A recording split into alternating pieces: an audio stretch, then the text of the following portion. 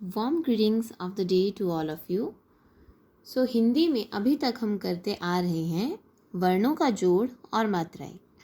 सो आज हम ऐसे ही कुछ शब्दों का नए शब्दों का निर्माण करेंगे तरह तरह के वर्णों के साथ और अलग अलग मात्राओं का जोड़ करके। फॉर एग्ज़ाम्पल, मेरा जो पहला शब्द है वो है ह ल हल। हल के साथ अगर मैं ट वर्ण को जोड़ देती हूँ तो ये शब्द बन जाता है टहल। टहल का मतलब होता है वॉक। अब टहल के साथ अगर मैं क वर्ण को जोड़ देती हूँ तो ये बन जाता है कटहल। अब कटहल क्या होता है? कटहल एक फल का नाम है। सो एक नए शब्द का निर्माण यहाँ पे हो रहा है। कान।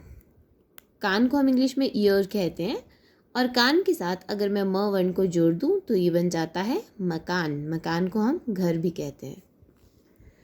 अगला शब्द है बला। ब और ला आपस में मिल के बनाते हैं बला। बला के साथ अगर मैं त वर्ण को जोड़ती हूँ तो ये बन जाता है तबला और तबला एक म्यूजिकल इंस्ट्रूमेंट भी है। अगला जो शब्द है वो है सीना। सीना के साथ अगर मैं प वर्ण को जोड़ती हूँ तो ये बन जाता है पसीना, स्वेट इन इंग्लिश। वार। र वर्ण भी मैंने ऑलरेडी लिखा है। देखते हैं कि हम इसमें कौन सा एक और वर्ण मिलाएं और मात्रा मिलाएं कि एक यूजफुल शब्द बन जाए। तो मैंने इसमें मिला दिया वी, व को छोटी ई की मात्रा। इसने इस वर्ण के साथ और इन दोनों वर्णों के साथ मिल के बनाया है रविवार, संडे इन इंग्लिश। फिर हम आते हैं एक और शब्द के ऊपर, ख और र। अब इनमें मैं एक मात्रा को जोड़ने जा रही हूँ, वो है बड़ी ई की मात्रा। ख के साथ जब मैंने बड़ी ई की मात्रा को जोड़ दिया तो वो बन गया खी, र, खीर। अगला शब्द है बुन।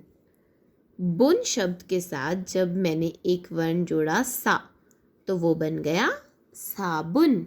साबुन किसे कहते हैं और किस काम आता है? साबुन इंग्लिश में हम सोप को कहते हैं और ये नहाने के काम आता है। अगला जो शब्द है वो है पाल। पाल शब्द के साथ जब मैंने तू को जोड़ा, तू वर्ण को जोड़ा तो ये बन जाता है पालतू, पेट इन इंग्लिश। अगला शब्द है जूड़। जूड़, लेकिन जूड़ कोई शब्द नहीं बनता। इसमें अगर मैं आ की मात्रा को साथ में जोड़ दूं तो ये बन जाता है जूड़ा। अगला जो शब्द है वो है दान।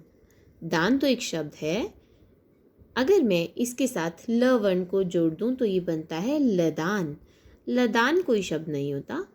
ल के साथ अगर मैं फू वर्ण को भी जोड़ दूं तो ये बन जाता है फूलदान, फ्लावर पॉट इन इंग्लिश। यहाँ पे जो शब्द लिखा है वो है कील, नेल्स इन इंग्लिश। कील के साथ मैंने आ की मात्रा जोड़ी है ल के साथ, ये बन गया है ला। म वर्ण को मैंने आगे जोड़ा है तो ये बन गया मकीला, लेकिन मकीला कोई शब्द नहीं है। अब इनके साथ अगर मैं आगे च वर्ण को जोड़ दूं तो ये बन जाता है चमकीला और चमकीला मतलब ब्लिंगी इन इंग्लिश, शाइनी। फिर मैं यहाँ आती हूँ अगले शब्द के ऊपर, ये है तार, वायर इन इंग्लिश।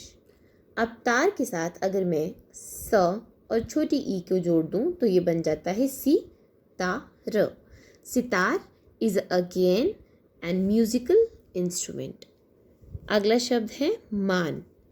मान के साथ मैं ह को जोड़ देती हूँ तो ये बनता है हमान। हमान कोई शब्द नहीं है। हमान के साथ अगर मैं पहले जोड़ दूँ, म को एक ही मात्रा, तो ये बन जाता है मेहमान। मेहमान मतलब गेस्ट। अगला जो शब्द है वो है खाना। खाना मतलब कुछ भी खाना, और इसके साथ अगर मैं द वर्ण को जोड़ दूँ तो ये बनता है दखाना, लेकिन सॉरी, दखाना भी कोई शब्द नहीं है। अब मैं इसके साथ जोड़ देती हूँ कै। क को ए की मात्रा कै, कैद खाना, ये बन जाता है कैद खाना, जेल इन इंग्लिश। जोर। अगला शब्द है जोर। जोर के साथ मैं म वर्ण को जोड़ती हूँ, ये बनता है मजोर। अगेन मजोर कोई शब्द तो नहीं है।